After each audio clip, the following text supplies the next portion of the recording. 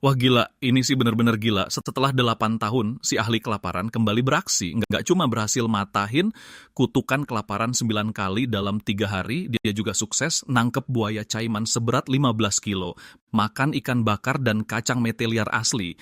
Gaya hidupnya udah ngalahin orang yang lagi liburan aja. Di Sungai Orinoco, perbatasan Kolombia dan Venezuela, tempat yang kering, panas, tapi kaya akan protein. Kebakaran liar lagi melahap seluruh padang rumput, dan di episode ini si ahli kelaparan bakal menantang tempat ekstrem ini. Pertama, dia nyewa kano super murah, pas mendarat, dia lanjut naik kendaraan ATV. Butuh waktu 2,5 jam sampai akhirnya dia tiba di lokasi. Masih dengan aturan lama, tanpa bawa makanan maupun alat bertahan hidup. Bahkan dia lupa bawa rambutnya. Dia bersumpah bakal bikin tantangan ini terasa kayak liburan santai. Ngelihat sekeliling yang cuman ada dataran membentang, cuma ada satu gunung besar yang menjulang di depan sana. Berbekal pengalaman bertahun-tahun di alam liar, dia tahu kalau mau lihat jauh harus naik ke tempat tinggi. Mumpung awan putih lagi nutupin terik matahari, Ed si kepala peles buru-buru mendaki ke atas. Tapi baru sebentar senengnya, tunggu dulu. Indra keenamnya bilang ada bahaya di depan. Pas diperhatiin baik-baik, gila bener, ada ular derik lagi sembunyi di balik rumput. Di alam liar, ular ini terkenal mematikan alias sang pembuat janda. Kalau enggak, kepepet banget, mendingan kita hindari aja. Ed lanjut mendaki nyusurin punggung gunung ke arah puncak. Nggak butuh waktu lama, seluruh padang rumput udah kelihatan jelas dari atas. Di satu sisi ada hutan rimba lebat sejauh 10 km, di sisi lain ada dasar sungai sejauh 1,5 km. Si kepala peles sempet pusing milih jalan yang mana. Seharian jalan bikin mulut dan tenggorokannya kering banget. Pas lagi galau, skill hoki kakek, Ed otomatis aktif. Dia nemuin tanaman kaktus liar di sana, karena nggak punya pisau, dia belah kaktus itu pakai batu. Daging buah di dalamnya putih dan lembut banget. Dia coba cicipin dikit, teksturnya kenyal dan rasanya mirip-mirip mentimun. Kandungan karbohidratnya puluhan kali lipat lebih banyak dari daging sapi loh. Lumayan, bikin perut keisi setengah dan langit mulai gelap. Karena belum sempat bikin tempat berlindung, dia harus rela tidur beralaskan tanah dan berselimutkan langit malam ini. Esok harinya, pas matahari belum sepenuhnya terbit, kakek Ed udah bangun dengan mata, masih ngantuk berat. Cuaca di sini benar-benar susah ditebak. Tanpa aba-aba, langit langsung turunin hujan gerimis. Takut kehujanan dan kena hipotermia, dia mutusin buat segera turun dan neduh di hutan lebat. Dengan gerak cepat kilat, dia berhasil sampai di pinggiran hutan. Pas lagi bingung mikirin sarapan, si kepala peles malah ngelihat ada tebu liar. Saking haus dan laparnya, bunganya aja disikat habis.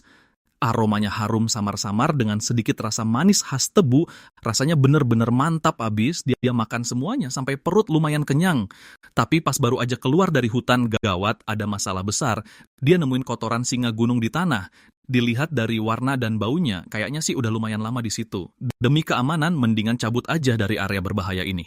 Setelah hujan berhenti dan cuaca kembali cerah, arah angin tiba-tiba berubah drastis, kebakaran liar langsung merambat cepat banget ke arah Ed. Aturan dasarnya, kalau bisa kabur ya mending kabur aja.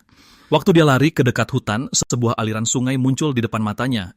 Ikan-ikan liar di dalam air kelihatan jelas banget. Badannya udah capek dan kehausan, Ed yang kehausan langsung teguk air banyak-banyak sampai kembung. Setelah masalah air beres, pastinya dia harus nyusurin sungai ini ke arah hilir. Bermodalkan tas ransel sebagai pelampung, dia mulai petualangan menyusuri sungai. Awalnya jalur ini penuh banget sama rumput liar, bikin dia harus ngerahin tenaga ekstra buat berenang ngelewatinnya. Makin ke depan, airnya makin dalam, jadi dia bisa gerak jauh lebih cepat. Setelah ngelanjutin perjalanan entah berapa lama, si ahli kelaparan tertarik sama pohon palem moriche di pinggir sungai. Ini tuh buah lezat yang jarang banget bisa ditemuin sama survivor. Dia naik ke darat, metik satu, dan nyicipin rasanya. Rasanya asam, manis, dan kaya akan antioksidan. Habis makan sepuasnya, dia bungkus beberapa buat persediaan darurat. Setelah berendam di air lebih dari 4 jam, logikanya ngingetin kalau udah waktunya mikirin bikin tempat kemah. Berdiri di pinggir sungai ngeliatin ikan liar yang berenang, dia berencana bikin perangkap ikan dengan pintu masuk besar dan jalan keluar sempit. Sekalinya ada ikan rakus yang masuk, dijamin nggak bakal bisa keluar lagi. Ngomong gitu, dia langsung kumpulin belasan ranting dan nancepin ke tanah. Pakai tanaman rambat sebagai bahan anyamannya, Ed si ahli rakit kembali unjuk gigi dengan keahliannya. Waktu terus berjalan detik demi detik, udah 6 jam berlalu tapi progresnya belum sampai setengah.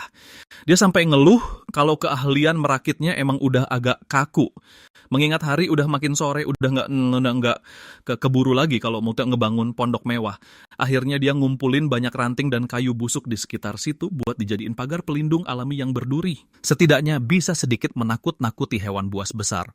Kelaparan yang tak tertahankan, dia ngemil buah liar yang dikumpulkan siang tadi untuk makan malam.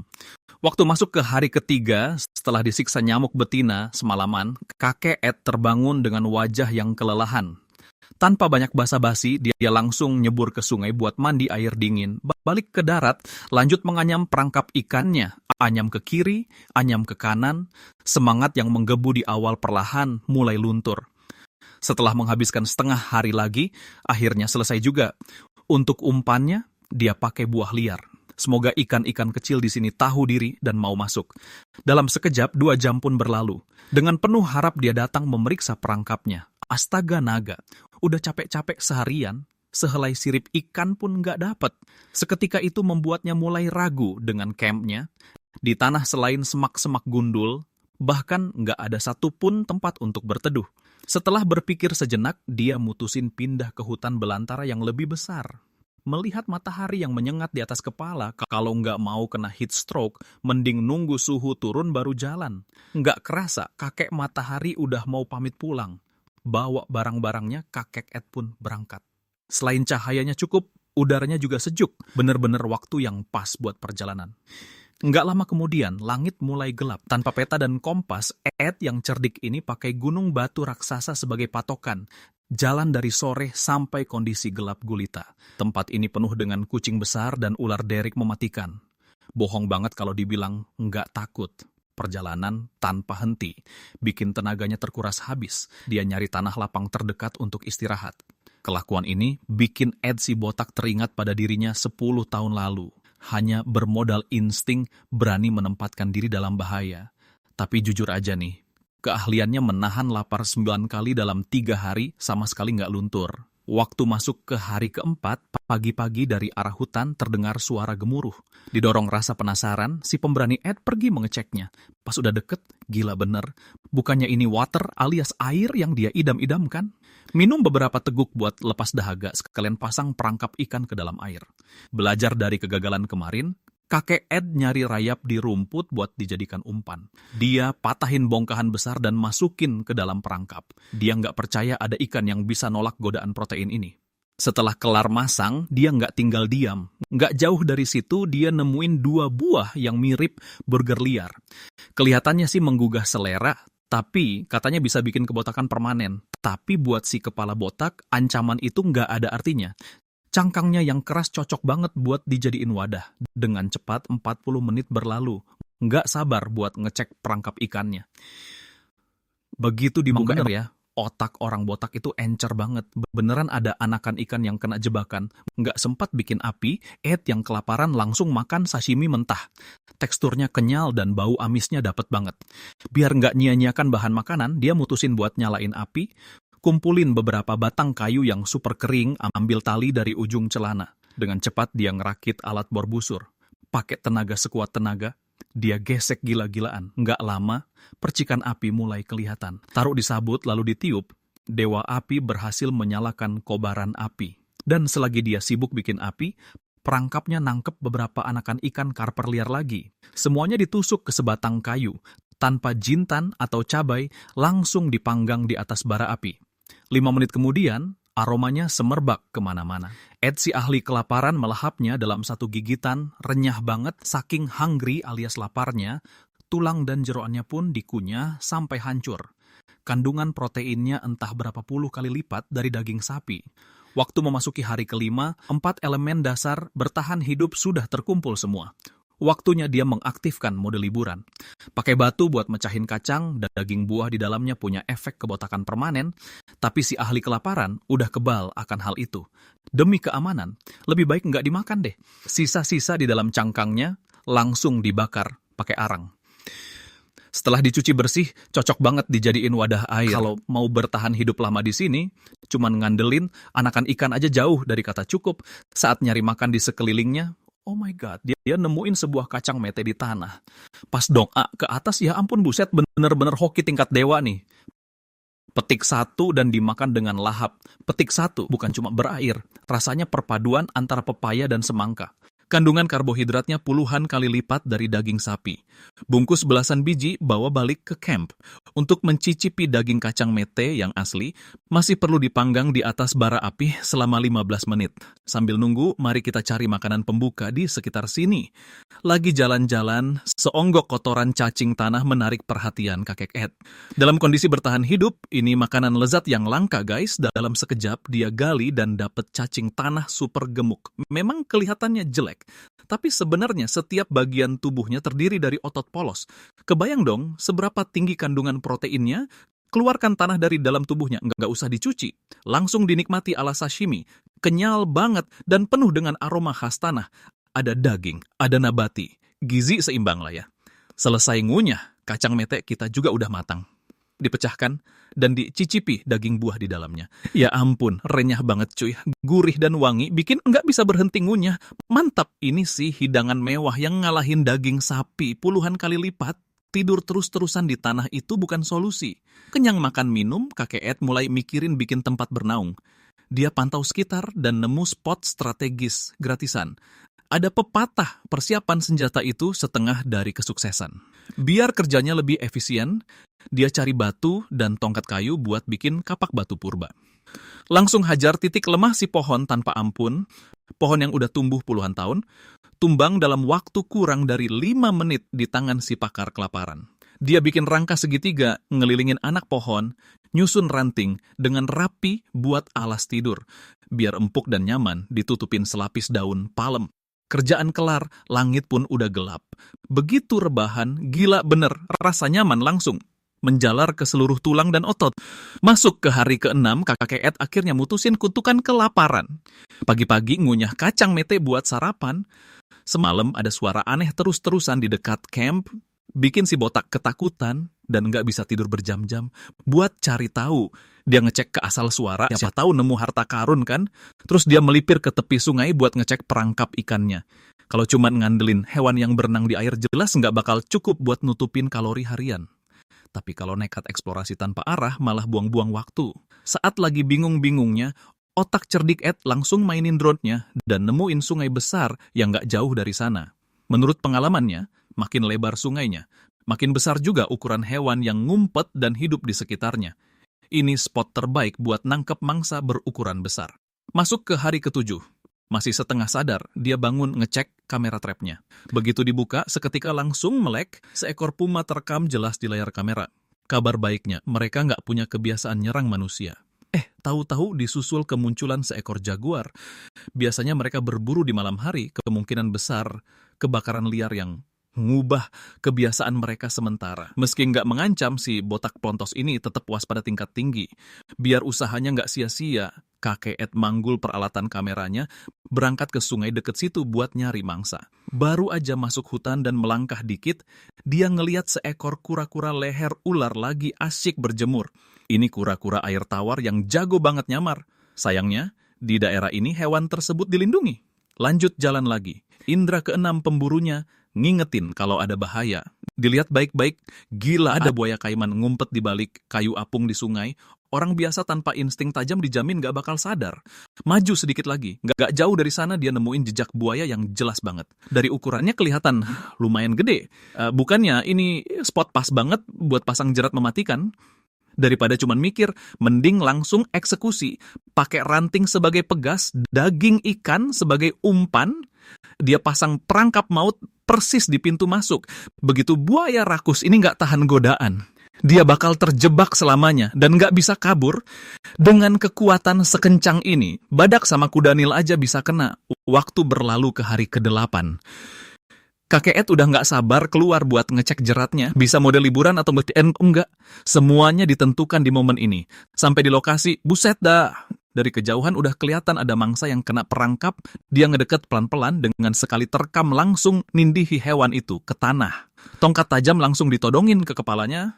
Langsung ditusuk nembus sampai dalam. Hati deg-degan, tangan gemeteran. Bohong banget kalau bilang dia nggak panik. Langsung aja dia panggul hasil buruannya. Balik ke camp. Nggak butuh pedang sakti mandraguna, dia potong-potong hewannya jadi 8 bagian pakai kapak purbanya. nggak pakai bawang merah, putih, atau jahe. Langsung dibakar di atas arang, di luar renyah, di dalam juicy, tingkat kematangan medium well. Akhirnya bisa menikmati hidangan ala raja setelah beberapa hari. Begitu masuk mulut, gimana ya deskripsiin rasanya? Campuran daging ikan dan ayam, rasa protein yang benar-benar padat. Nggak tahu deh, ini berapa puluh kali lebih enak dari daging sapi. Perut udah terisi 70%. Aduk rata buah ara dengan kacang-kacangan. Campurkan jadi puding untuk makanan penutup. Andai saja ada segelas bir Harbin tahun 82. Rasanya udah benar-benar kayak lagi liburan aja. Dalam sekejap kita sudah masuk hari ke-10. Waktunya untuk berpisah. Melihat setiap detail di camp ini. Kakek Ed merasa sangat bangga. Di masyarakat modern yang penuh tekanan dan masalah, justru kehidupan menyendiri seperti ini lebih membantu membuka wawasan dan bikin kita bisa berpikir mandiri. Berjalan beberapa kilometer menuju titik penjemputan. Dengan ini, dia berhasil menyelesaikan tantangan kali ini. Gunung Changbai dijilin luasnya lebih dari 1.600 km persegi. Kaya akan sumber daya alam tapi penuh dengan hewan buas. Suhu musim dinginnya bisa anjlok sampai minus 40 derajat Celcius. Di episode kali ini, pakar kelaparan kita bakal menantang tempat ini. Sewa motor murah meriah untuk menuju ke lokasi. Takut naskahnya ikut membeku. Dia minta jaket bulu angsa ke kru produksi. Masih pakai aturan lama, tanpa bawa makanan atau perlengkapan bertahan hidup. Bahkan lupa bawa rambut segala. Kakek Ed bersumpah bakal bersantai mengalahkan orang liburan. Mulai berjalan sambil bawa tas besar dan kecil. Tebal salju di sini sampai setinggi pinggang. Nggak usah mikirin soal protein dulu. Yang paling dia khawatirkan sekarang adalah hipotermia dan radang dingin. Setelah berjalan berjam-jam, badai salju sama sekali nggak mereda. Tidur di luar dalam kondisi kayak gini sama aja cari mati.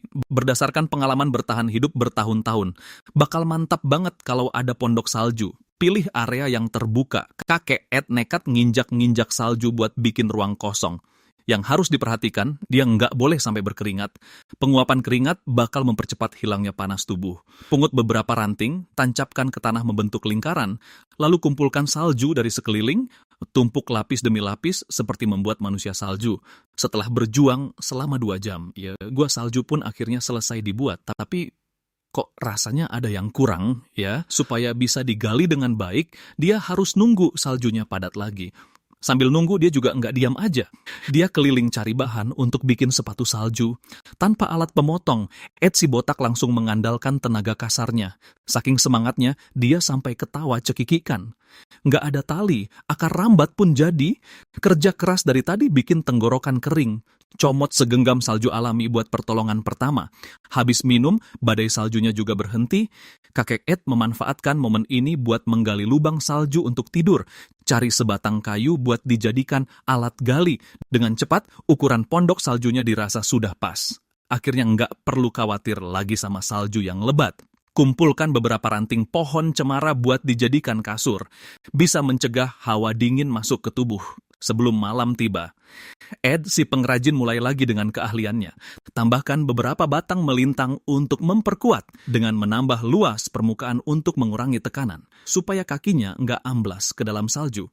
Dalam sekejap, sepasang sepatu salju raksasa selesai dibuat. Mari kita coba keluar untuk lihat hasilnya. Benar saja dugaannya. Khawatir kehabisan oksigen dan sesak napas di malam hari. Dia bikin beberapa lubang ventilasi di pondok salju sebelum tidur, menutup pintu masuk dengan tas ranselnya, dan tidur dengan nyenyak semalaman. Urusan air dan makanan dipikirkan besok saja. Masuk ke hari kedua. Dia berhasil melewati malam yang membeku. Pakai sepatu saljunya, kakek Ed mulai melakukan penjelajahan. Daripada harus merangkak di salju setinggi pinggang, kondisinya sekarang berasa kayak lagi lari sprint. Entah sudah berapa lama jalan, si Ed paling hoki ini ngeluarin jurus pasifnya. Dari jauh kedengaran suara gemericik aliran air. Di sebelahnya juga ada pohon pinus yang tinggi besar.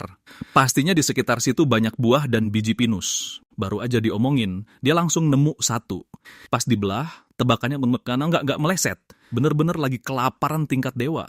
Begitu dicicipi, astaga naga, akan lemak dan protein. Nggak tahu deh ini berapa puluh kali lebih bergizi dari sapi. Sekalian bawa 4 buah buat camilan nanti malam. Habis nyemil dikit, langsung disiram pakai tegukan air mata, air pegunungan asli. Menurut buku panduan bertahan hidup Ed Stafford, kalau ada air, otomatis harus jalan menyusuri ke arah hilir. Lari sekencang-kencangnya ke bawah gunung. Tunggu sebentar. Itu kan 2 ekor rusa konyol. Karena aturan setempat melarang perburuan, dia terpaksa lanjut mengaktifkan mode pasif kelaparan. Langit mulai gelap, saatnya mikirin soal tempat kemah untuk malam ini. Sudah terlambat kalau mau bikin iglu salju, jadi dia terpaksa merepotkan bro pohon di sebelahnya. Pertama, dia membersihkan area di sepanjang batang pohon. Kumpulkan kayu untuk membangun struktur tenda, lalu tutupi celah-celahnya dengan cabang pohon cemara. Gunakan tumpukan salju di kedua sisi sebagai tumpuan untuk menyusun platform kayu. Berdasarkan prinsip udara dingin yang bergerak turun, ini bisa memberikan efek menahan dingin yang lumayan. Baring di atasnya terasa kokoh dan cukup nyaman. Waktu berlalu ke hari ketiga. Mode pasif melewatkan 9 kali makan hampir aktif nih. Misi kakek Ed hari ini adalah bikin api dan mancing ikan. Semakin ke hilir, saljunya makin tipis. Tapi tak lama jalannya terhalang oleh sungai besar yang membeku. Sudah sampai sini, nggak mungkin dong putar balik. Si pemberani Ed langsung nekat menyeberang. Di jalan, dia harus terus mengawasi perubahan warna lapisan es. Gila, bayangkan kalau sampai jatuh, tubuhnya pasti udah kaku membeku sebelum tim penyelamat datang. Meski menegangkan, dia sampai di seberang dengan selamat. Kakek Ed langsung melirik sebuah lokasi yang strategis banget. Sungai kecil di sebelahnya sangat cocok buat nangkap ikan mas liar. Tanpa sadar, kakek matahari udah mau pulang kerja nih. Biar nggak mati kedinginan, dia putuskan untuk menyalakan api. Kumpulkan ranting kering buat jadi bahan bakar, lalu kupas kulit kayunya pakai batu. Si master api Ed kembali ke keahlian aslinya, bikin api dengan menggesek kayu. Berbekal teknik yang pro, percikan api pun dengan cepat muncul. Pindahkan ke serabut kering, lalu tiup pelan-pelan. Dewa api benar-benar nggak bikin kita kecewa. Pas apinya menyala, langit pun mulai gelap. Membayangkan nggak bakal menggigil kedinginan lagi. Saking senangnya dia sampai ketawa cekikikan. Malam itu, dia menahan lapar di dekat api unggun sampai pagi. Waktu masuk ke hari keempat, pencapaian puasa 3 hari sejak awal udah tercapai. Kini, saatnya mencari kalori di sekitar sini, dia berjalan hati-hati di sepanjang pinggiran sungai yang membeku, mencari titik yang pas buat menangkap ikan. Sambil jalan, dia memukul-mukul lapisan es dengan tongkat. Kalau haus, tinggal merayap ke es dan minum, langsung gluk-gluk-gluk. Semakin jauh dia melangkah, terlihat jejak kaki sumber protein yang jelas di atas tanah. Ada jejak berang-berang, tikus, dan juga sabel. Kehadiran mereka adalah bukti kalau ikan mas liar di sini melimpah. Mengikuti jejak tersebut, wah mantap nih. Dia menemukan 2 sisa kepala ikan bekas dimakan. Bukan cuma bisa dibuat kaldu sup, ini juga umpan pancing yang sempurna. Bikin si botak Ed makin dekat sama mode liburannya. Tapi sebelum mancing, mari kita bangun shelter dulu. Gunakan pohon besar sebagai kerangkanya, dia berencana membuat shelter tipe lintu. Kumpulkan banyak ranting kering dan kayu busuk di sekitarnya, berasa seperti punya pedang pusaka aja, dia kerahkan segenap tenaga buat mematahkannya. Pas lagi asik-asiknya sibuk, si Hoki Ed malah menemukan sarang lebah liar di dalam batang kayu. Padahal tadi lagi pusing mikirin makan malam. Masa bodoh, langsung aja disikat 1 gigitan, astaga, rasa manisnya langsung lumer di mulut. Kandungan karbohidratnya nggak bisa dibandingkan sama daging sapi biasa. Ribuan kalori masuk ke perut, kakek Ed langsung semangat 45 dengan 2 dahan bercabang dan 1 kayu melintang dia merangkai struktur utama shelter. Lalu susun kayu secara sejajar di atasnya sebagai penopang dan tutupi celah-celahnya dengan cabang pohon cemara. Biar badai angin atau salju turun, dia nggak bakal takut lagi. Alasi tanah dengan lapisan kayu buat menahan hawa dingin. Biar lebih empuk dan nyaman, dia mengumpulkan setumpuk jerami kering dan menyebarkannya di atasnya. Setelah selesai, dia baring buat mencobanya. Wah, gila sih rasanya. Benar-benar luar biasa nyamannya. Beda banget bagai bumi dan langit dibanding 2 hari sebelumnya. Perut udah keroncongan, nempel sampai ke punggung. Dia mengambil biji pinus dari kerucutnya. Si jenius Ed siap-siap masak kue impor ala hutan nih, kupas cangkang biji pinus, masukkan semuanya ke mulut lalu dikunyah pelan-pelan. Dengan mencampurnya bersama enzim amylase dalam air liur, sambil dihaluskan, ini juga sekalian difermentasi loh. Kemudian digulung jadi bola-bola kecil. Panggang pakai api kecil selama 15 menit. Begitu aroma wanginya mulai menyebar, muffin pinus yang renyah di luar dan lembut di dalam pun jadi, dia menyantapnya dengan lahap. tingkat kematangannya pas banget, dan kaya akan kalori, bahkan lebih enak dari masakan andalan istri Ed di rumah, apalagi kandungan proteinnya beberapa kali lipat dari daging sapi. Waktu beralih ke hari kelima. Bangun tidur, kemah udah tertutup lapisan salju tipis, kini keempat elemen penting bertahan hidup udah terpenuhi. Tinggal butuh 1 jamuan makan mewah sebelum masuk mode liburan. Makanya si kelaparan Ed mulai ngincar ikan mas liar. Dia mencari kulit pohon buat merajut senar pancing. Tapi ditarik sedikit aja, langsung putus hancur berantakan. Untuk mempercepat makan ikan, kakek Ed memutuskan keluar dari kebiasaan. Dia mengeluarkan perban dan peniti dari kotak P3, melepas benang-benang halusnya, lalu mengepangnya jadi tali pancing. Ikatkan peniti, jadilah 1 set alat pancing sederhana. Sebagai umpan, dia pakai kepala ikan yang disimpan sebelumnya. Masa iya ada ikan mas liar yang bisa nolak godaan ini pas lagi jalan-jalan? Dia nemu musang sabel yang lagi cari makan. Kalau mereka saja bisa bertahan hidup di sini, pakar kelaparan kita pastinya pantang menyerah. Karena nggak ada alat pemecah es, kakek Ed cuma bisa cari lapisan es tipis untuk pasang perangkap. Tapi bahaya selalu ada di mana-mana. Habis pasang perangkap kedua, kakinya kepeleset. Astaga, si botak kesayangan kita nggak sengaja nyebur ke air es. Untungnya airnya nggak terlalu dalam. Tanpa banyak omong lagi, dia harus buru-buru balik ke camp sebelum adrenalinnya hilang. Langsung tambahin kayu bakar biar apinya makin besar. Pakai sepatu salju sebagai jemuran, terus copot semua baju yang basah kuyup. Cuma nyisain jaket bulu dan duduk mengelilingi perapian. Untung aja reaksinya cepat. Kalau enggak, dia bisa kena radang dingin dan hipotermia. Sudah jatuh tertimpa tangga, langit tiba-tiba turunin gerimis salju. Beberapa jam kemudian berlalu. Pas dicek, ya ampun, sepatu tempurnya malah meleleh kepanasan. Benar-benar hari yang sial bertubi-tubi, tapi bertahun-tahun hidup di alam liar, pakar kelaparan sudah terbiasa. Hidup nggak akan selamanya mulus, tapi bersikap optimis itu jauh lebih baik daripada pesimis. Masuk hari ke-6, dia beneran kelaparan parah selama 5 hari berturut-turut. Kalau nggak nunjukin kemampuan aslinya sekarang, orang-orang bakal mikir si botak ini gampang diremehkan. Dengan penuh harap, dia ngecek perangkap ikannya. Entah umpannya kurang sedap atau ikannya yang pada gengsi, semalaman dibiarkan, dua-duanya tetap kosong melompong. Dia atur ulang dan cemplungin lagi ke air. Rasa gagal ini benar-benar bikin hati nyesek. Tapi selain ikan mas liar, nggak ada asupan protein lain yang memungkinkan.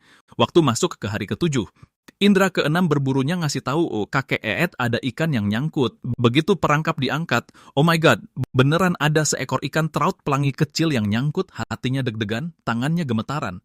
Langsung aja ikannya dieksekusi di tempat. Setelah kelaparan berhari-hari, akhirnya dia bisa tersenyum lega. Balik ke camp, dia gila-gilaan nambahin kayu ke api. Si tukang makan Ed bersiap bikin hidangan ikan kukus, biar nutrisi dan kelembapan ikannya bisa terkunci maksimal. Karena nggak punya panci, dia ngumpulin lumut di sekitar situ. Rendam dulu pakai air sebelum dipakai. Kalau takut dagingnya gosong, tinggal tambahin beberapa lapis lagi. Bawang merah, jahe, bawang putih. Dia cuma nutupin pakai daun cemara sebagai bumbunya. Dibungkus rapat-rapat kayak gini. 1 jam pun berlalu. Begitu lumut dibuka, aroma ikannya langsung nyengat. Coba lihat nih, skill masaknya. Kelihatannya nggak ada bedanya sama sebelum dimasak. Haha. Tapi pas kulitnya dirobek, daging di dalamnya empuk dan lumer banget. Cobain gigit sedikit. Wow, rasanya juara banget. Gurih, berair, matangnya super pas. Tiap kunyahan benar-benar manjain lidah.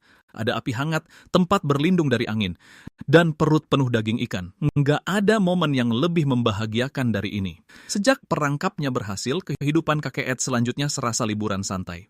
Makan kenyang, minum cukup, jalan-jalan ngerasain kebun binatang alami. Nggak terasa sudah masuk hari ke-10. Saatnya untuk pulang. Sungai kecil di depannya yang tadinya beku, sekarang sudah mencair. Dia merapikan lagi camp ke kondisi semula. Bawa tas dan sepatu salju, lanjut jalan ke titik kumpul. Dengan ini, kakek Ed sukses menyelesaikan tantangan kali ini, pegunungan Karst di Guangxi. Medannya mengerikan dan jadi sarang bagi berbagai jenis ular berbisa. Ini adalah mimpi buruk bagi banyak petualang survival. Di episode kali ini, pakar kelaparan kita menantang tempat ini. Di awal, dia naik rakit bambu menuju lokasi.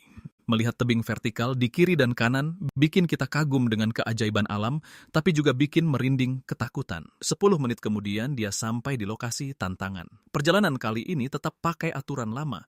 Nggak bawa makanan dan nggak bawa alat bertahan hidup. Bahkan dia lupa bawa rambutnya. Dia bersumpah bakal hidup lebih makmur dari kera-kera lokal di sini. Cuaca di hutan sini benar-benar nggak bisa ditebak. Tiap hari, dengan kepala pelontosnya, dia pantang berhenti. Jalan nyeker melewati batu-batu kapur tajam. Rasanya perih menyiksa. Gila pokoknya. Lagi jalan-jalan, insting keenamnya ngerasa ada yang enggak beres. Coba perhatikan baik-baik astaga. Ada ular welang hitam putih sembunyi di rerumputan. Si ular harusnya bersyukur bisa selamat dari maut, lanjut mendaki di medan pegunungan yang terjal ini. Terdengar suara gemuruh petir menyambar. Prioritas utama sekarang, cari tempat berlindung. Baru saja diucap, Ed si super hoki melihat lubang gelap di depan. Langsung tancap gas menghampiri lubang itu. Pas didekati, hawanya terasa dingin banget. Ukurannya pas banget, seakan dibuat khusus untuknya. Perjalanan seharian ini sudah menguras banyak energi. Lagi pusing mikirin makan malam, dia lihat seekor jangkrik, kandungan proteinnya 80% loh. Mana mungkin kakek Ed si tukang makan ngelewatin ini. Sekali gigit, super renyah dan isinya langsung lumer di mulut. Daging sapi aja kalah jauh cuy, bakal lebih sempurna lagi kalau nggak ada sayapnya. Habis itu, dia langsung nangkep satu lagi. Bener-bener kelaparan parah, saking buru-burunya kakinya jangkrik, sampai nyangkut di tenggorokan. Udah lumayan kenyang, kakek Ed siap-siap buat istirahat lebih awal. Bebatuan di dalam gua ini lembab dan dingin banget, bisa dengan cepat menguras panas tubuh. Kecuali kalau hujan turun, si paman botak ini sama sekali nggak niat tidur di situ. Dia pun nyari tanah datar yang kosong di sekitar situ.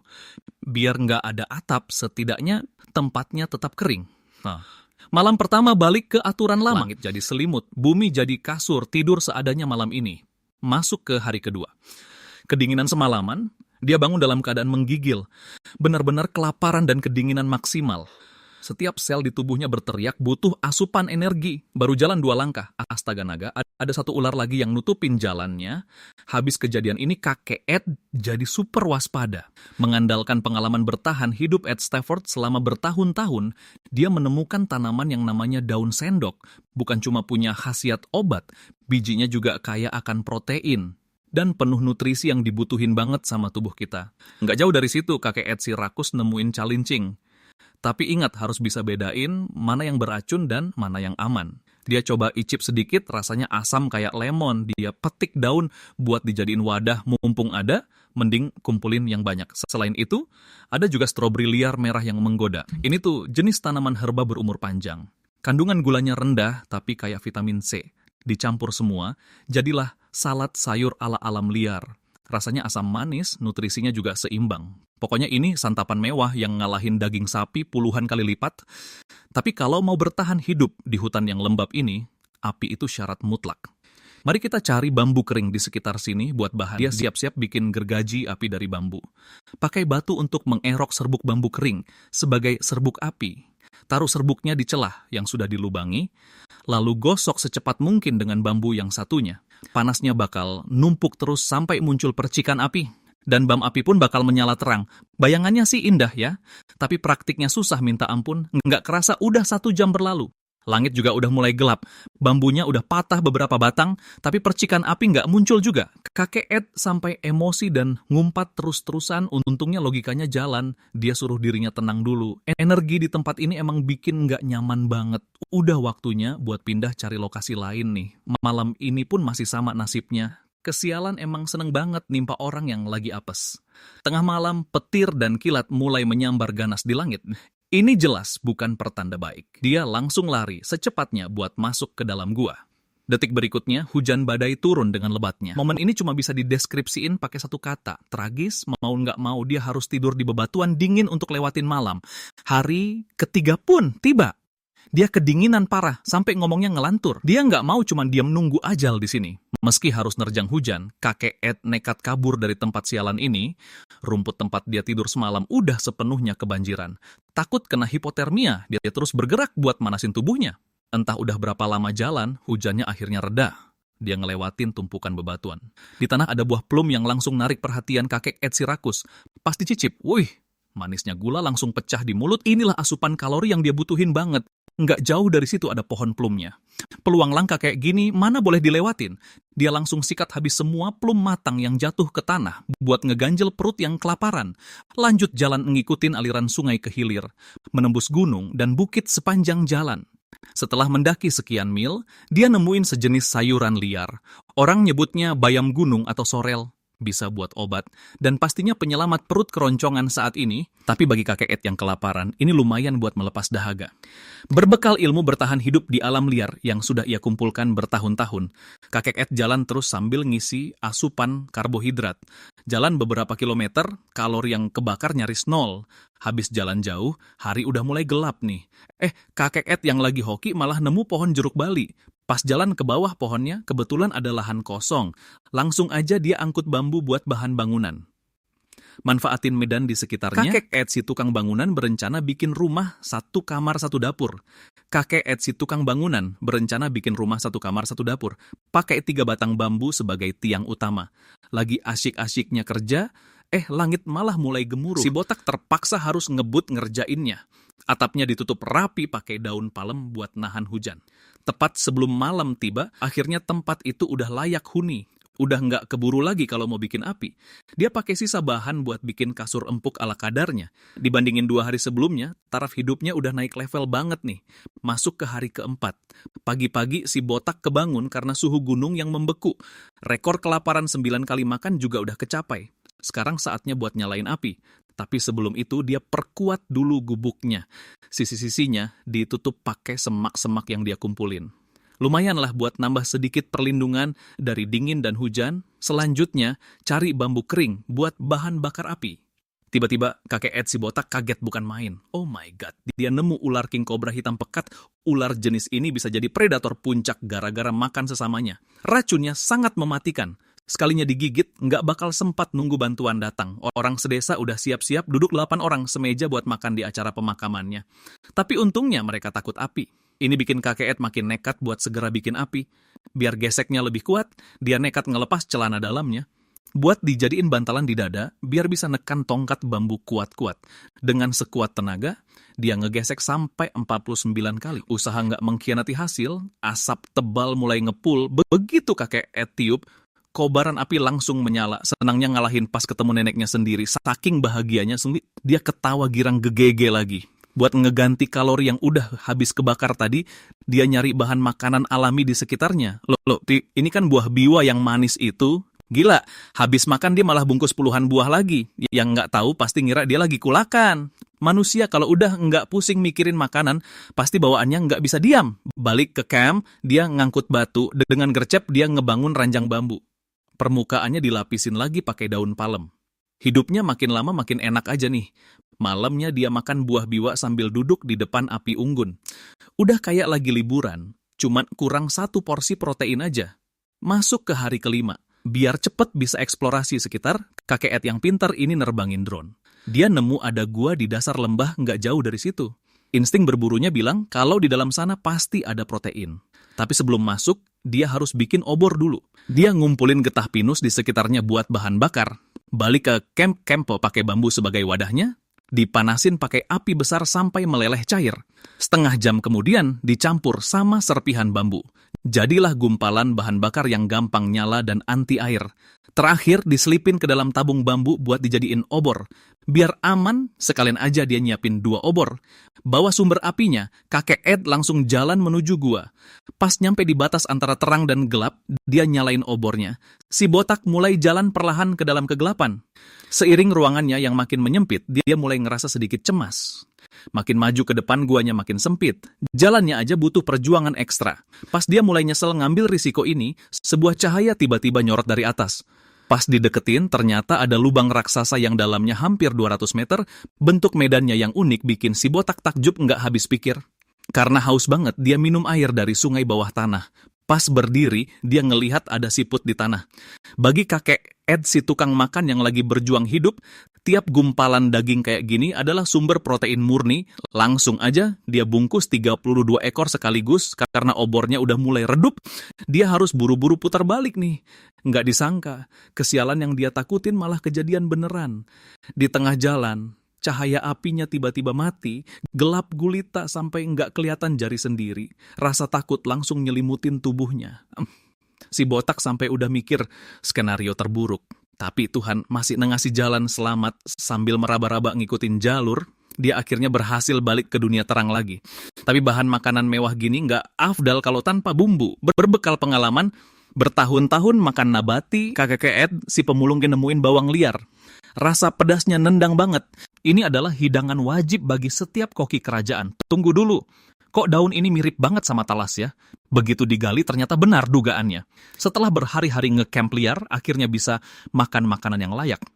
Dia pun kembali ke camp dengan penuh semangat. Ambil sedikit air tawar pakai tabung bambu.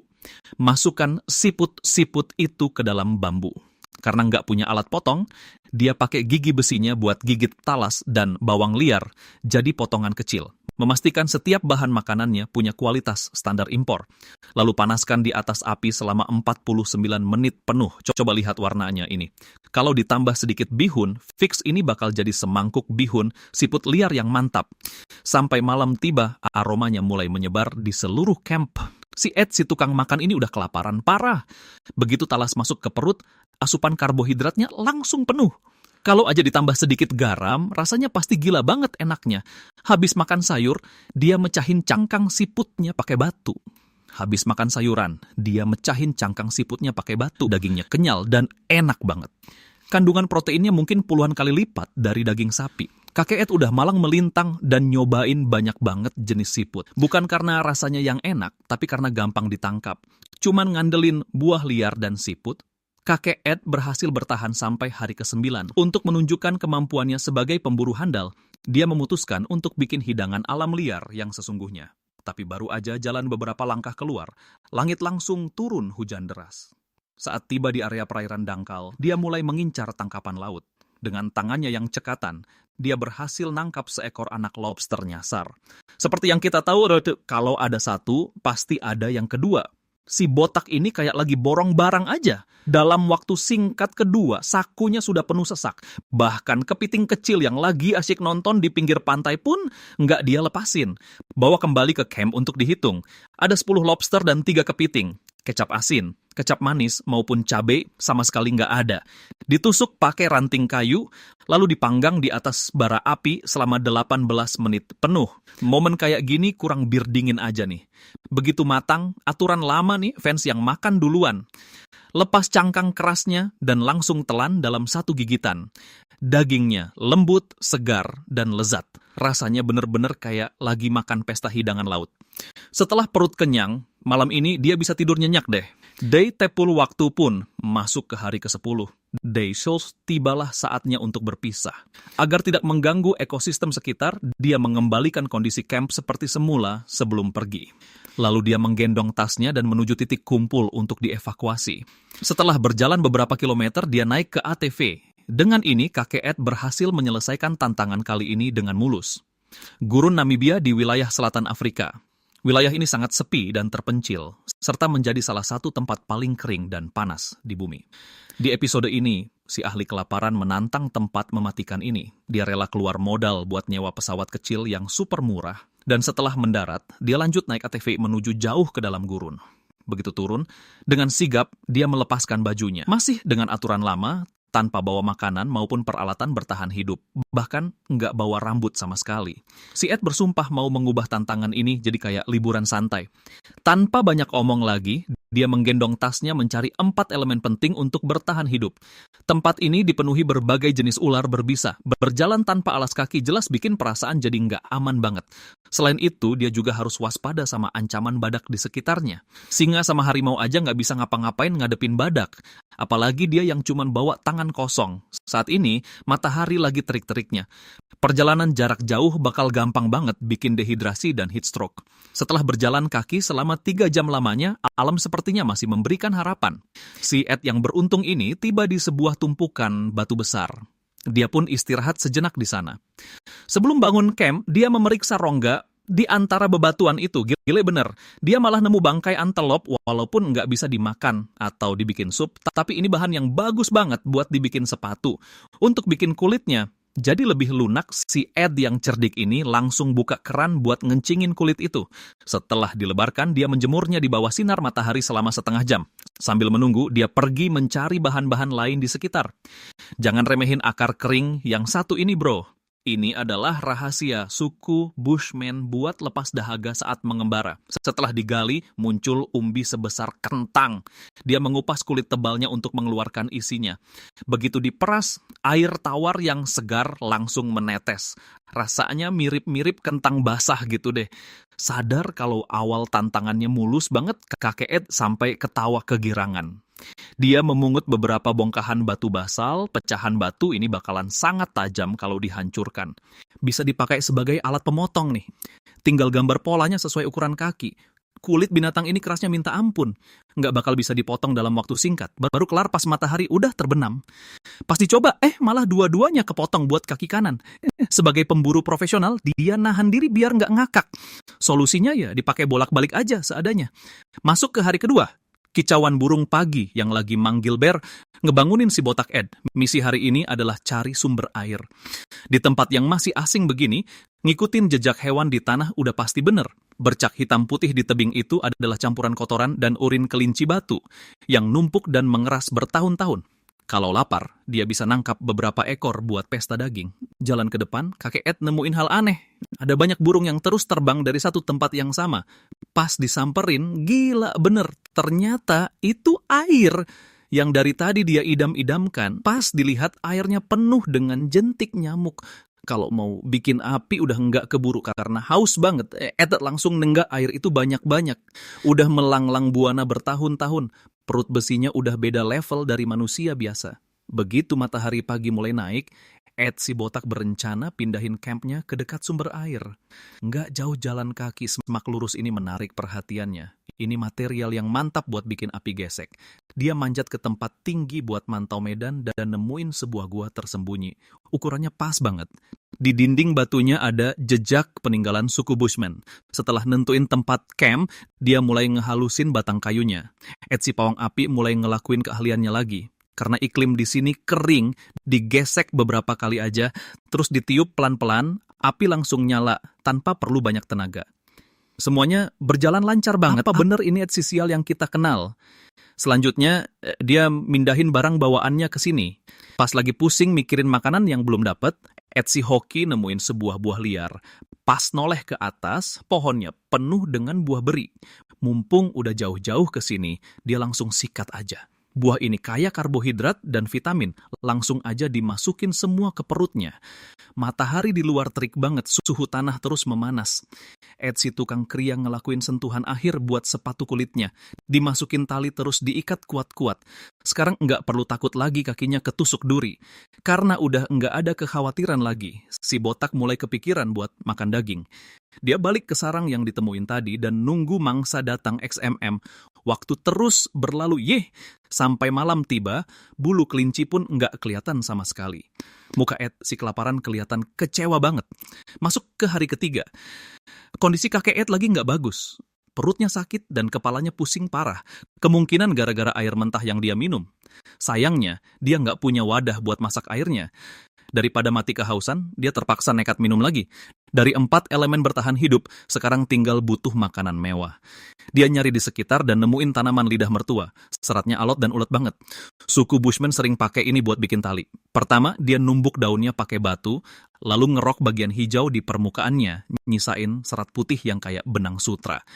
Ed si rajin mulai nganyam ke kiri dan kanan, dan jadilah seutas tali rumput. Memanfaatkan prinsip tuas dengan cerdas, dia bersiap bikin perangkap deadfall payut. Sekali keseimbangannya goyah, mangsa sumber protein itu bakal langsung kipeng sebelum sempat bereaksi. Habis itu dia sibuk nyari umpan, malah nangkap seekor kadal kecil yang nyasar. Setelah bikin kadalnya tamat riwayat, Ed si doyan makan langsung nyantap sashimi kadal mentah. Dagingnya empuk dan berair, rasanya cuma bisa dibilang mantap jiwa. Dia balik lagi ke sarang kelinci batu tadi dan nemuin jalur keluar masuknya. Dia ngangkat batu gede buat bikin jebakan maut. Mengingat kelinci makan rumput dan gak tertarik sama buah beri, si botak Ed bahkan gak repot-repot pakai umpan. Buat ningkatin persentase keberhasilan tangkapan, dia nutup jalan masuk sampai seukuran perangkapnya. Semuanya selesai dan hari udah mulai gelap. Dia cuma berharap kerja kerasnya bakal membuahkan hasil. Masuk ke hari keempat, rekor kelaparan 9 kali makan udah tercapai. Saatnya buat ngecek hasil kerja kerasnya. Semakin dekat, Raut wajah si gundul Ed tampak makin tegang. Ya ampun, seekor kelinci liar tergeletak di dalam perangkap. Ed si tukang makan segera menyelamatkannya. Air liurnya sampai menetes deras saking ngilernya. Dengan hati berdebar dan tangan yang gemetar, dia memotongnya menggunakan pisau batu dengan mahir menguliti jaket Hyrax batu ini. Jantung, hati, limpa, dan parunya juga tidak disia-siakan. Dia mencari tongkat kayu dan menusuk semuanya. Tanpa bumbu jintan maupun cabai sama sekali, langsung dipanggang di atas api hingga hampir matang. Lapar bukan main, langsung saja dia lahap. Luarnya renyah, dalamnya lembut, tingkat kematangannya pas banget.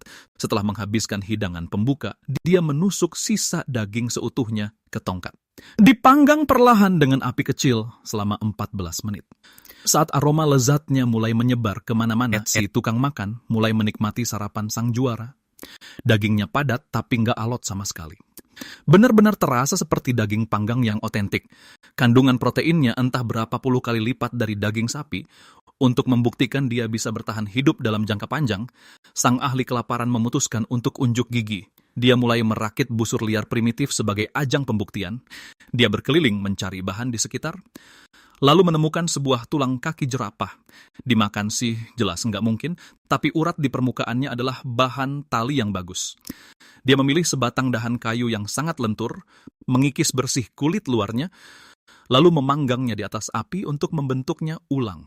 Dia melepas urat dari tulang kaki tadi, memisahkannya menjadi serat-serat halus, melunakannya dengan air liur, lalu merajutnya menjadi tali busur. Jauh lebih kuat dan alot dibandingkan serat tanaman biasa. 1 jam berlalu, dia mengikat talinya dengan kuat di kedua ujung busur. Menghabiskan waktu seharian, sebuah busur berburu primitif akhirnya rampung waktu memasuki hari kelima. Kakek Ed melakukan patroli rutin di sekitar kamp. Pada jarak 20 meter, dia menemukan deretan jejak kaki hiena tutul. Pembuatan perlengkapan berburu ini jelas nggak bisa ditunda lagi. Dia kembali ke tempat biasa untuk mengecek perangkap. Tapi sehelai bulu pun nggak ada yang tertangkap. Kabar kedatangan si pemburu ini sepertinya sudah menyebar di kawanan kelinci. Setelah minum beberapa teguk sumber kehidupan, dia pergi mencari beberapa dahan untuk dijadikan anak panah. Dalam perjalanan kembali, Ed si dewa hoki menemukan bulu pegar. Cocok banget untuk dijadikan sayap anak panah. Saat sedang berjalan, indera keenam pemburunya merasakan bahaya. Begitu menunduk, ada jejak kaki macan tutul yang sangat besar tertinggal di pasir. Dia pun bergegas kembali secepat kilat. Ed si ahli kerajinan mulai menggosok kayunya sampai halus, lalu memanaskannya untuk mulai membentuk kelurusan panah. Dengan cekatan, dia berhasil membuat batang anak panah yang lurus. Setelah melalui proses penggosokan dan pemanggangan lagi, ujung panahnya menjadi luar biasa keras. Di bagian ekor panah diikatkan beberapa bulu pegar untuk menjaga keseimbangan. Kalau soal kekuatannya, harus dicoba dulu baru ketahuan. Dia pergi ke area lapang yang terbuka. Kakek Ed mulai menarik tali busurnya. Begitu dilepas, wah gila, kekuatannya sama sekali nggak kalah dengan petarung kelas kakap, hyena tutul atau macan tutul. Semuanya dengan rasa percaya diri yang baru ini, Ed sang petualang kini mulai memperluas radius area bertahannya. Saat tiba di dataran tinggi, hamparan padang rumput seluas ratusan hektar terlihat jelas dari sana. Tidak butuh waktu lama baginya untuk menaklukkan seluruh area ini. Waktu memasuki hari ke-6. Sudah 2 hari berlalu sejak terakhir kali dia makan daging. Membawa peralatan berburunya untuk mencari mangsa, kakek Ed baru menyadari betapa repotnya kalau tidak punya tabung panah. Menggunakan tanduk antelop sebagai alat gali, dia memilih sebuah pohon besar dan mulai menggali tanah di sekitarnya. Dia bersiap meniru suku Bushmen untuk membuat tabung panah dari akar pohon. Dia memotong sekitar 10 cm di salah satu ujungnya, menggali lubang dan memendam akar pohon itu di dalamnya. Dia pada dasarnya membuat sebuah oven bawah tanah dipanggang selama 81 menit sebelum dikeluarkan. Pemanasan ini membuat kulit dan batang kayunya terpisah sempurna. Bagian bawahnya lalu dibungkus dengan selembar kulit antelop. Dalam waktu singkat, dia berhasil menyelesaikan sebuah tabung panah primitif, lalu memasukkan alat pembuat api dan anak panahnya ke dalam sana. Setelah memadamkan api perkemahan, si gundul langsung berkemas memulai gaya hidup nomadennya. Dia berjalan sejauh 1 kilometer menuju area dekat genangan air. Dia mengecek kamera pengintai yang sebelumnya dipasang. Ternyata, ada beberapa ekor antelop yang muncul. Dia lalu mengumpulkan dahan untuk membangun tirai penyamaran alami. Ed sang pemburu memutuskan untuk menetap di situ. Begitu ada sumber protein yang muncul, mode berburunya akan langsung aktif, entah sudah berapa lama dia menunggu, tiba-tiba beberapa ekor unggas mutiara masuk ke dalam jarak tembaknya. Kakek Ed mengangkat busurnya dan melepaskan satu tembakan andalan. Sayang sekali tembakannya meleset 20 cm. Masuk ke hari ketujuh. Setelah mengamati sepanjang malam, si botak akhirnya menemukan sarang ayam mutiara. Setiap malam, mereka terbang ke atas pohon untuk tidur. Setelah memantau medan sekitar, kakek Ed yang cerdik punya ide brilian. Makan buah beri dulu untuk tambah energi. Seiring langit yang mulai gelap, kakek Ed memanjat batu di sebelah pohon dan menunggu. Saat ayam mutiara sedang tidur nyenyak, dia menarik busur penuh dan melepaskan tembakan. Tepat sasaran mengenai titik fatalnya, dia langsung berlari menghampirinya dan mematahkan lehernya untuk mengakhiri penderitaannya dengan cepat. Nyalakan api unggun dan cabut semua bulu ayamnya. Tanpa bumbu atau cabai sama sekali, dipanggang di atas bara sampai hampir matang. Ed yang kelaparan menyobek sepotong besar dan melahapnya. Renyah banget dan rasa ayamnya mantap, kalorinya puluhan kali lipat dari daging sapi. 2 hari berikutnya, dia menjalani hidup nomaden impiannya. Tak terasa waktu masuk ke hari ke-10, saatnya untuk berpisah lagi, bawa barang dan perlengkapan survival menuju titik kumpul. Dengan ini, kakek Ed sukses menyelesaikan tantangan kali ini. Kepulauan Mutiara di Panama terkenal akan produksi mutiaranya. Sumber daya melimpah dan pemandangannya indah, benar-benar surga bagi para survivalist. Di episode ini, pakar kelaparan kita menantang pulau tersebut. Bahkan sebelum masuk ke lokasi utama, si botak sudah merasakan adrenalinnya melonjak. Menghabiskan sedikit uang untuk menyewa pesawat kecil, tak butuh waktu lama untuk tiba di lokasi tantangan. Karena air pasang, tak ada tempat mendarat. Lempar ranselnya ke bawah, Ed si petualang terpaksa melakukan lompatan ekstrem. Untungnya saat itu tidak ada hiu yang mengintai. Memanfaatkan daya apung ranselnya, dia menendang-nendangkan kaki berenang menuju pantai. Perjalanan kali ini masih pakai aturan lama, tanpa bawa makanan dan perlengkapan survival, bahkan tanpa bawa rambut. Dia bersumpah akan memulai mode liburan kali ini. Di sini sedang musim kemarau, suhu siang hari mencapai 40 derajat Celcius. Sengatan panas dan dehidrasi jadi 2 masalah utama yang harus diatasi. Berdasarkan 4 aturan dasar bertahan hidup, tanpa makanan kamu bisa bertahan seminggu. Tapi tanpa air tawar, 3 hari saja kamu bisa koit. Melihat deretan pohon kelapa di pantai, ini adalah sumber daya penting untuk bertahan hidup di pulau terpencil. Kelapa kaya akan air dan elektrolit, sementara waktu dia tak perlu pusing soal rasa haus. Pungut beberapa kelapa yang baru jatuh di bawah pohon. Karena tidak ada alat potong, cari batu tajam dan hantamkan dengan keras. Beberapa kali pukulan, air tawar yang jernih pun merembes keluar. Glek-glek langsung diteguk, manis dan menyegarkan. Setelah puas melepas dahaga, congkel batok kelapanya dan makan sedikit daging kelapa untuk mengganjal perut. Tapi ini masih jauh dari cukup untuk bertahan hidup jangka panjang. Berdasarkan pantauan, dia menemukan area cekungan yang kemungkinan besar menyimpan air tawar. Di tengah jalan, pesisirnya dipenuhi tumpukan sampah laut. Sebagai manusia, si botak Ed merasa sangat miris. Namun sebagai survivalist, ini adalah harta karun. Mengumpulkan beberapa tali dan jaring ikan, ini akan sangat berguna untuk perburuan selanjutnya. Tiba di area dataran rendah pulau, permukaan tanah yang lembab adalah bekas genangan air. Tanpa pikir panjang, dia pakai cara lama untuk mencari air tanah. Semakin dalam dia menggali, selain batu keras, tak ada setetes air pun yang terlihat. Dia pun menyusuri dasar sungai ke hulu untuk mencari tahu. Sambil terus berjalan, terdengar suara lolongan yang saling bersahutan. Saat melihat ke atas, di sebelahnya tumbuh pohon palem hitam yang penuh duri tajam. Panjang durinya rata-rata sekitar 3-5 cm. Sepanjang jalan, telapak kakinya lumayan menderita. Sepertinya rencana mencari air terpaksa gagal total. Saat kembali, otak cerdas Ed mulai berputar. Dia menerbangkan drone untuk memantau. Ini bisa sangat membantunya menghindari jalan buntu. Setelah memahami medannya, dia langsung membuat rencana perpindahan. Namun hari sudah mulai gelap, dia mencari sepotong busa untuk dijadikan bantal dan menumpuk pasir untuk membuat dinding penahan angin.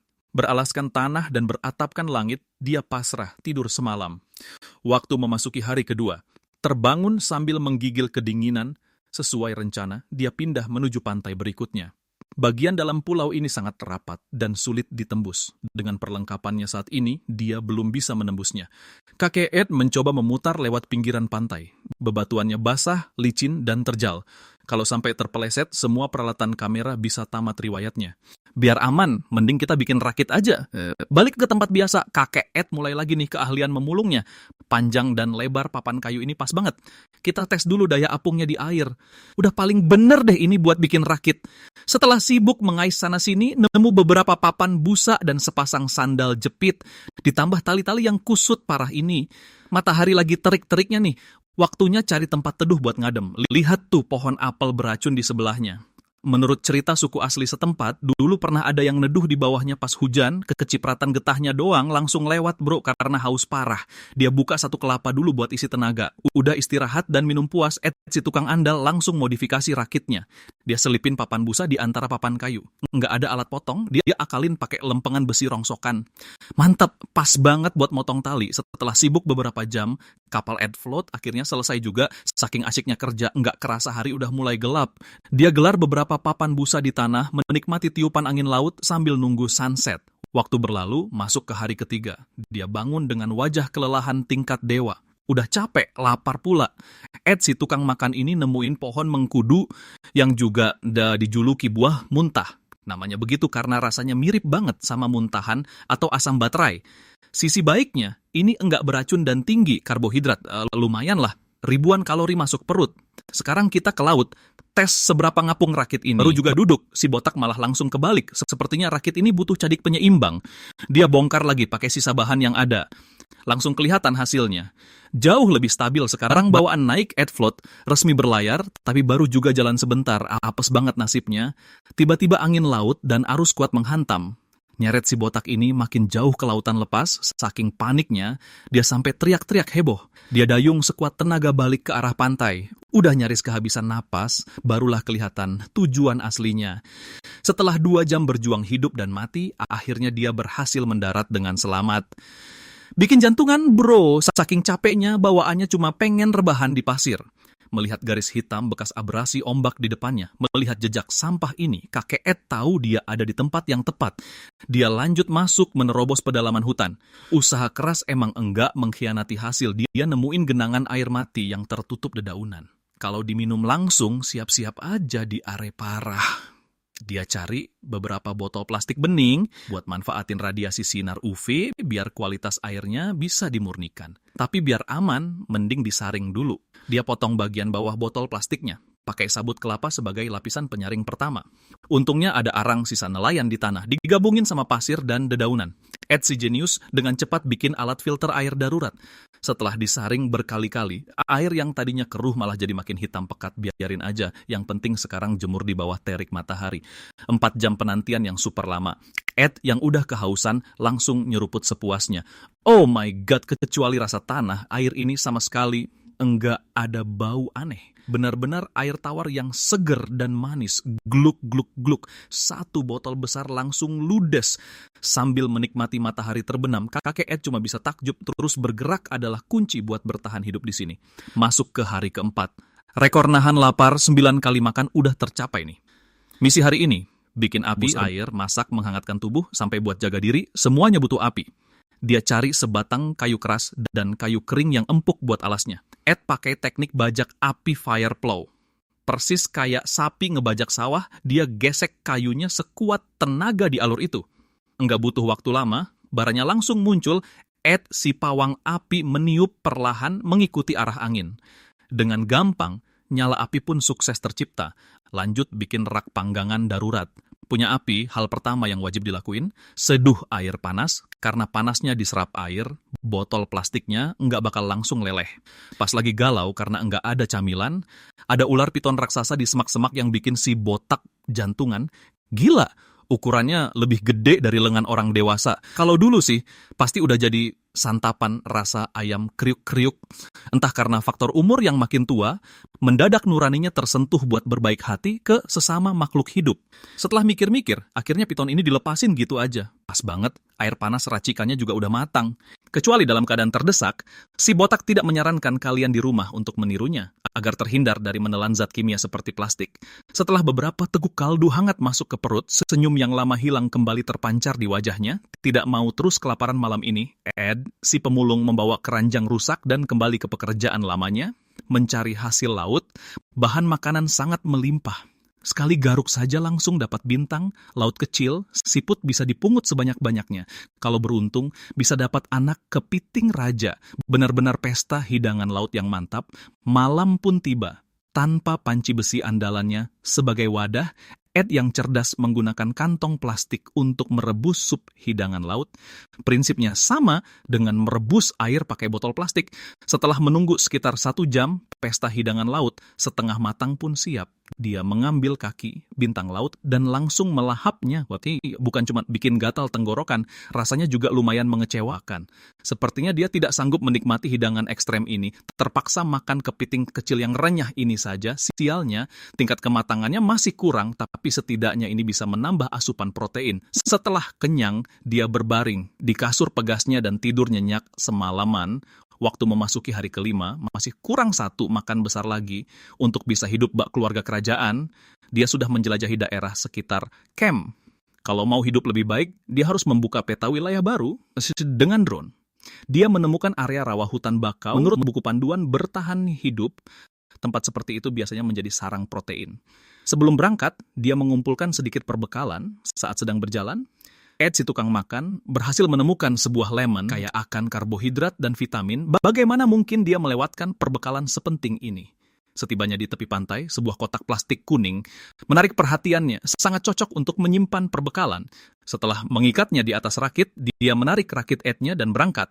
Dengan pengalamannya melawan arus laut sebelumnya, si botak mendayung dengan sangat santai dan lincah.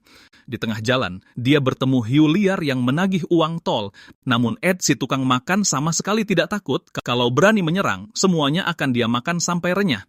Tidak butuh waktu lama untuk sampai di titik pendaratan. Tanpa banyak bicara, dia langsung terjun ke air untuk mencari ikan. Bertahun-tahun menahan lapar di alam liar, keterampilan memulungnya sudah terasah dengan sangat sempurna.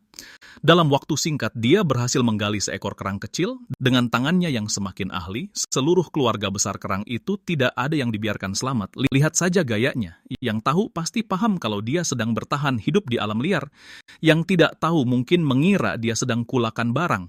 Setelah dihitung, jumlahnya pas 26 ekor. Sayangnya tidak ada bawang putih maupun cabai sama sekali. Dia kembali ke camp dan memanggangnya di atas bara api. Setelah cangkang kerang itu terbuka, dia menggunakan tangan besi kejamnya untuk mengambil daging kerang, membuang air rawa yang kotor, lalu merendamnya dengan perasan jeruk lemon selama 2 jam. Sambil menunggu, kakek Ed juga tidak tinggal diam. Dia menemukan jaring yang terlihat seperti stoking raksasa.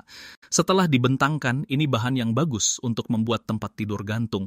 Dia memutuskan talinya dengan api, lalu mengikat jaring itu di antara 2 pohon besar. Dengan cepat, dia berhasil membuat ranjang kecil yang nyaman. Rasanya benar-benar seperti sedang liburan. Tidak terasa 2 jam pun berlalu. Kerang mentah marinasi akhirnya siap. Menggunakan ranting sebagai sumpit, Ed, si kelaparan, mulai menikmati hidangan laut yang lezat ini. Daging kerang berpadu dengan asamnya lemon. Rasa segar hidangan laut langsung memenuhi seluruh indera pengecapnya. Teksturnya yang kenyal sungguh luar biasa nikmat. Setelah makan dan minum sampai kenyang, dia berbaring santai di tempat tidur. Gantung, Ed yang sedang kegirangan ini mulai menceramahi kita lagi. Dengan pengalamannya berlayar beberapa hari ke depan, dia bertekad akan memakan habis semua yang ada di hutan bakau ini. Begitulah waktu kini memasuki hari ke-9, terus-menerus makan hidangan laut, tentu saja membuatnya muak. Untuk membuktikan kemampuannya sebagai pemburu, kakek Ed memutuskan untuk mulai memburu sumber protein di darat. Saat berjalan di pantai, dia menemukan deretan jejak kaki iguana. Setelah melihat sekeliling, ternyata hewan itu bersembunyi di atas pohon. Mengingat pergerakan iguana sangat lincah, Dia pun membongkar tempat tidur gantungnya, mengikat batu di keempat sudutnya sebagai pemberat, merombaknya menjadi jaring perangkap berukuran besar. Setelah membawa perlengkapannya, dia menuju ke tempat iguana itu sering muncul. Baru saja didekati, iguana itu langsung lari kencang tanpa jejak. Sepertinya cara terbaik menghadapi mereka adalah dengan sabar menunggu di tempat. 3 jam telah berlalu, target yang sangat dinantikannya akhirnya menampakkan diri. Sekali lempar jaring, tak satu pun yang berhasil dia tangkap. Namun untungnya, Ed si tukang makan ini punya kelincahan yang luar biasa. Pegang lehernya erat-erat daripada menderita perlahan, mending diakhiri cepat, ambil batu dan langsung kirim dia ke alam baka di tempat. Detik berikutnya, ular ini tepar dan nggak bangun lagi. Balik ke camp, dia pakai seng buat ngebelah perutnya. Siapa sangka ada rezeki nomplok nih, segerombolan bayi iguana yang belum sempat menetas. Dia tusuk pakai kayu dan panggang di atas bara api. Terus lanjut urus telur iguananya. Masukin ke botol plastik, tambah air lalu direbus. 10 menit kemudian, telur rebus otentik pun matang. Sekali gigit, rasa gurih kuning telurnya langsung lumer. Ada beberapa yang belum matang sempurna, malah jadi telur setengah matang yang kaya nutrisi. Beres nyemil makanan pembuka, aroma iguana panggang mulai menyebar. Sebelum makan, seduh dulu teh lemon asam yang segar. 1 gigitan, tingkat kematangannya pas banget, nggak alot dan nggak bikin enek. Katanya sih rasanya mirip-mirip daging ayam. Ditemani secangkir teh lemon, kualitas hidupnya langsung naik level drastis, cuy. Malam pun tiba, dia tidur nyenyak di atas tempat tidur gantungnya. Waktu berlalu ke hari ke-10, terdengar suara deru mesin dari kejauhan. Lalu, sebuah perahu kecil datang dari arah laut. Dia menggendong semua barang bawaannya. Dan begitu naik ke perahu, kakek Ed sukses menyelesaikan tantangan kali ini. Sungai Kwando di perbatasan Namibia, Botswana, dan Zambia. Sumber dayanya melimpah dan pemandangannya indah, tapi ini adalah surga bagi banyak hewan buas besar seperti singa dan kuda Nil. Di episode ini, sang pakar kelaparan bakal menaklukkannya. Dia keluarin duit 2 perak buat nyewa kano dari warga lokal. Karena takut dicegat kuda Nil atau buaya, dia pilih daratan kosong terdekat dan langsung mendarat. Begitu dia lepas sepatu dan jaket, abang lokal itu langsung kabur dari tempat mengerikan ini. Melihat kanonya makin menjauh, tantangan si botak Ed resmi dimulai. Perjalanannya kali ini masih pakai aturan lama. Tanpa makanan, tanpa perlengkapan bertahan hidup, bahkan sampai lupa bawa rambut. Dia bertekad mau hidup ala liburan dalam 10 hari ini. Selesai bersumpah, dia menggendong tasnya, melihat sekeliling. Dari pengalaman sebelumnya, paling benar bertahan hidup di dekat sungai. Baru jalan beberapa langkah, kuda Nil di seberang sungai langsung menarik perhatiannya. Ketemu mereka siang bolong gini jelas bukan pertanda baik. Demi cari tempat kamp yang aman, Ed yang cerdas menerbangkan drone buat memantau lokasi. Di depan, sekawanan kuda Nil lagi asyik mandi. Tiap tahun banyak orang tewas gara-gara mereka, jadi mending dijauhi kalau bisa. Setelah mengatur arah, dia lanjut jalan. Nggak lama, dia salah fokus sama kotoran gajah di tanah. Pas diendus, aromanya otentik banget nih. Kira-kira ditinggalin sekitar seminggu yang lalu. Bongkar-bongkar dikit, dia nemu sebuah kacang mangeti. Berasa kayak lagi ke pasar tradisional aja, sebentar aja dia udah ngumpulin 4 biji utuh. Pas digigit, gigi palsunya hampir aja rontok. Mending dibungkus aja, lumayan buat camilan malam. Melihat matahari yang sebentar lagi tenggelam, prioritas utama sekarang adalah cari tempat singgah. Setelah jalan beberapa kilometer, matanya tertuju pada pohon besar. Ini pilihan tepat buat menghindari serangan hewan buas. Malam hampir tiba, tapi persediaan air tawar belum diisi. Sampai di sungai, dia melihat buaya yang mengintai. Putaran kematian dari makhluk itu nggak main-main. Ngeri, dia harus super waspada saat melangkah ke tepi sungai. Glek-glek minum 2 teguk besar dan langsung cabut mundur. Udah kenyang minum, pas mau balik camp buat istirahat. Tunggu dulu, Ed yang awas melihat seekor mamba hitam di atas pohon. Sekalinya digigit, sistem kardiovaskular bisa hancur dalam 30 menit. Tim SAR belum sampai, nyawa dia udah wassalam. Kalau nggak bisa dilawan, mending dihindari aja. Biar nggak jatuh di tengah malam, si Ed yang cerdik mengikat badannya ke pohon pakai sabuk. Waktu berlalu ke hari kedua, tempat ini penuh dengan hewan liar. Pagi-pagi aja udah kedengeran suara auman gajah.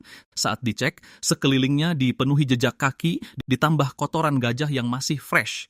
Ngikutin jejak itu, kakek Ed nemuin sekawanan gajah yang lagi jalan-jalan santai. Dengan tangan kosong, dia jelas bukan tandingan mereka. Mending diam-diam aja nunggu rombongan gajah itu pergi. Kemanapun gajah pergi, mereka menumbangkan pepohonan kecil. Nah, buat Ed si pemulung, ini bahan bagus buat bangun rumah pohonnya. Gara-gara nggak ada tali, dia kupas kulit semak belukar buat gantinya. Satset, kerangkanya pun langsung jadi. Selanjutnya, tinggal nambahin ranting-ranting pohon di atasnya. Di tengah-tengah cari bahan bangunan. Dia nemu 2 batu di semak belukar, walaupun nggak bisa dimakan atau diminum. Tapi ini alat yang bagus buat memecahkan kacang. Saking semangatnya, si botak mengumpulkan lagi 5-8 biji dari kotoran.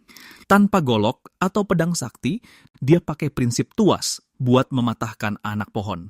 Bawa balik belasan batang kayu ke kamp, biar bisa diangkat ke atas pohon sekaligus, dia mengikatnya pakai kulit kayu.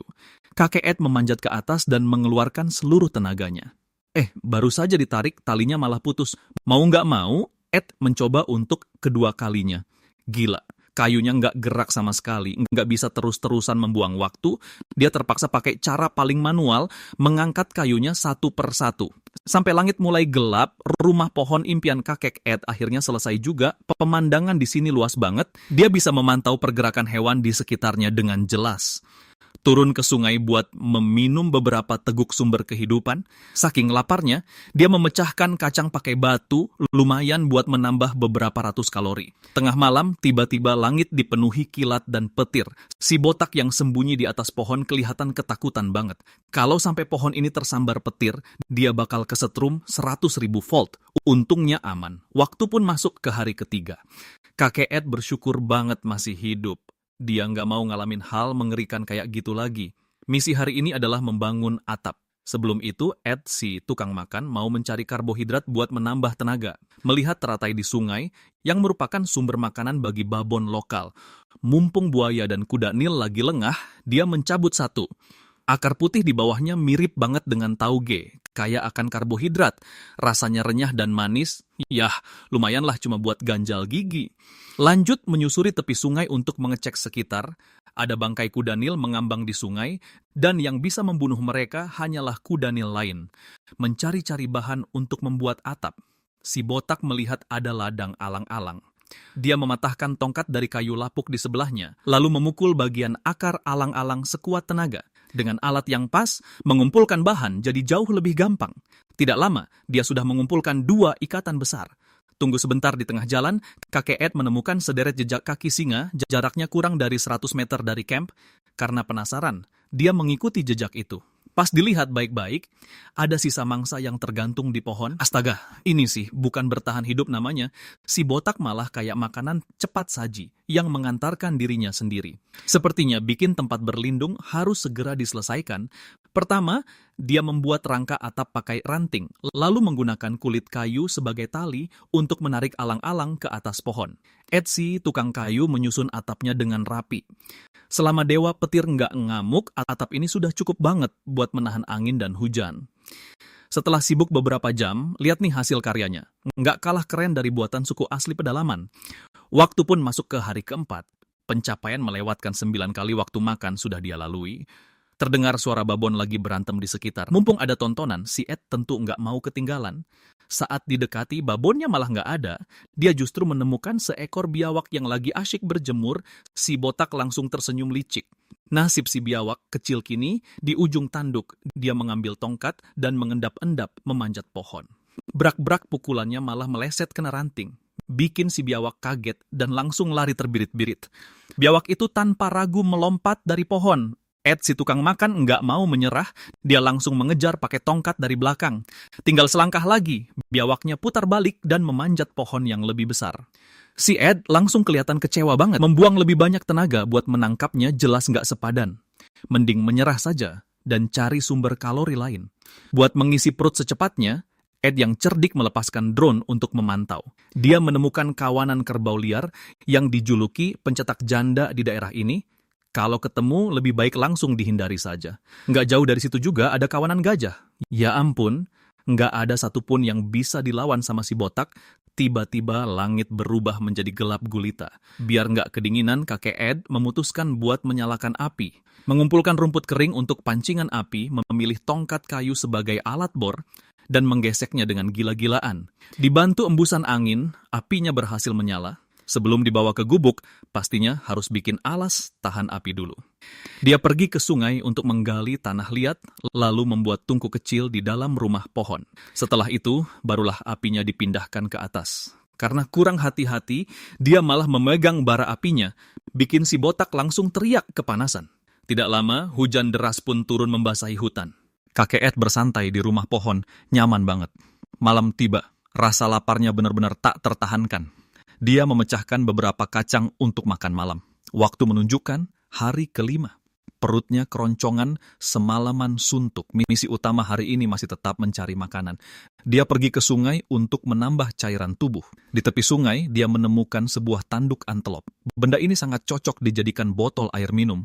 Kalau haus di malam hari, dia bisa minum kapan saja. Mengingat dia bukan tandingan hewan di darat, si ahli kelaparan Ed mulai mengincar hewan di dalam air.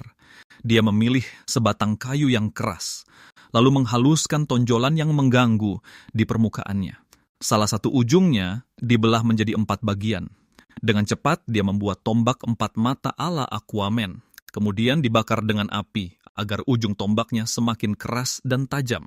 Daya hancurnya bikin kuda Nil dan badak pun ketakutan melihatnya. Selanjutnya, dia pergi ke sungai untuk menguji hasil karyanya. Sekali tancap dengan kuat, rasanya sangat mantap tanpa celah sedikit pun. Satu-satunya yang perlu diperbaiki adalah ujungnya terlalu lebar dan mudah patah. Saat perjalanan pulang, insting Raja Hoki Ed aktif.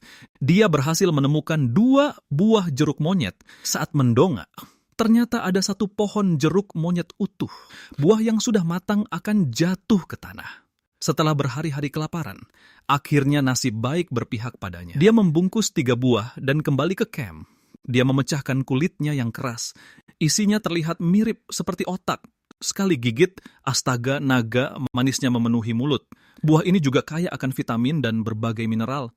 Waktu menunjukkan hari ke-6, demi protein yang sangat dia idamkan, kakek Ed memodifikasi tombak ikannya sejak pagi. Dia memperkecil jarak antar mata tombak, mengikat ranting di bagian ekor sebagai sirip untuk mengurangi hambatan saat dilempar. Setelah selesai, dia pergi ke selokan berbau busuk untuk mempraktikannya.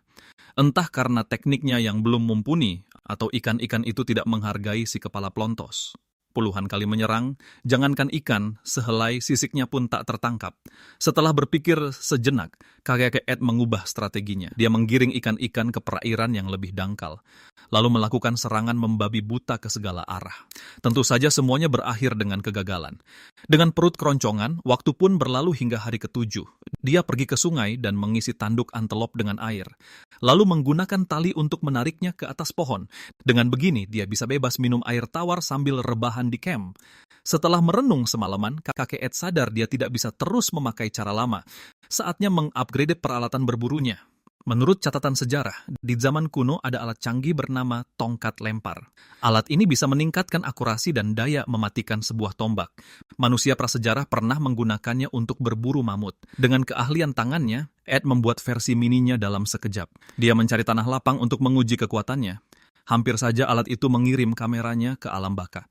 Dia pergi ke sungai dan bersiap memulai mode berburu. Tanpa disangka, ada 7 hingga 8 buaya bersembunyi di bawah air.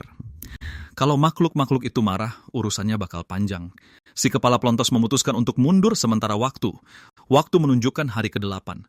Sejauh ini, dia hanya bertahan hidup dengan jeruk monyet dan teratai. Setiap sel di tubuhnya sangat mendambakan asupan protein. Melihat sekawanan babon di seberang sungai, kalau mereka saja bisa bertahan hidup di sini, sang ahli kelaparan ini tentu juga bisa melakukannya. Dia membawa alat berburunya dan mengintai di tepi sungai. Selama 45 menit tidak terlihat satupun buaya. Karena tidak ada ancaman lagi, Ed yang cerdik mulai menyusun rencana menangkap ikan. Dia menggunakan lumpur untuk membuat bendungan di sungai, menggiring ikan masuk agar lebih mudah ditangkap seperti menangkap kura-kura dalam toples. Setelah selesai, dia mengayunkan 2 tongkat dari sisi lain untuk menggiring ikan. Auranya sangat mengintimidasi. Buaya besar yang kebetulan lewat pun sampai bengong. Tak butuh waktu lama, ada ikan lele yang terperangkap. Dia mengunci target dan melepaskan tongkat lemparnya. Sayang sekali, lemparannya meleset jauh. Dia mendekat dan sebelum ikan itu sempat bereaksi, langsung menangkap dan melemparnya ke darat. Tombaknya pun pasti merasa tak berguna melihat kejadian ini.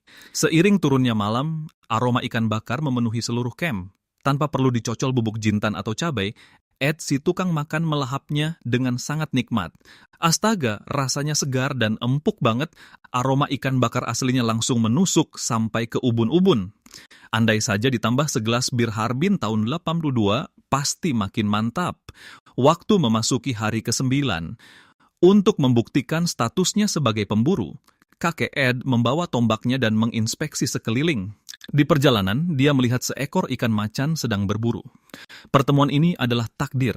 Dia berdiri di tepi sungai dan mengamati setiap pergerakan di dalam air. Begitu target muncul, dia siap melancarkan serangan mematikan. Sudah mencoba beberapa kali, tapi hasilnya nihil. Kita nggak bisa terus-terusan mengandalkan keberuntungan. Dia kembali ke tepi dan berlatih berulang kali tanpa henti. Sepertinya ikan liar di sini bakal kena imbasnya nih. Setelah menyesuaikan tombak ikannya, kakek Ed kembali ke spot lama untuk balas dendam. Dengan satu serangan kilat yang mematikan, saat diangkat, astaga, seekor ikan macan berhasil dilumpuhkan. Gigi tajamnya ini bukan main-main loh. Kembali ke kemah, dia membersihkan sisiknya, menusuknya dengan kayu, lalu memanggangnya di atas bara api. 5 menit kemudian, ikan bakar super harum siap disajikan. Coba kita cicipi sedikit. Tingkat kematangannya pas banget, dagingnya lembut dan lezat. Setelah dagingnya habis, kepalanya juga nggak disisakan. Daging dan tulangnya dikunyah habis semua. Menjelang malam, sebuah bulan darah muncul di atas padang sabana. Pemandangan epik ini bikin kakek Ed tak henti-hentinya takjub. Waktu berlalu hingga hari ke-10, dan tibalah harinya untuk berpisah. Menyambut matahari pagi, dia mengemasi semua barangnya, lalu langsung tancap gas menuju titik penjemputan. Dengan ini, kakek Ed sukses menuntaskan semua tantangan di musim ini.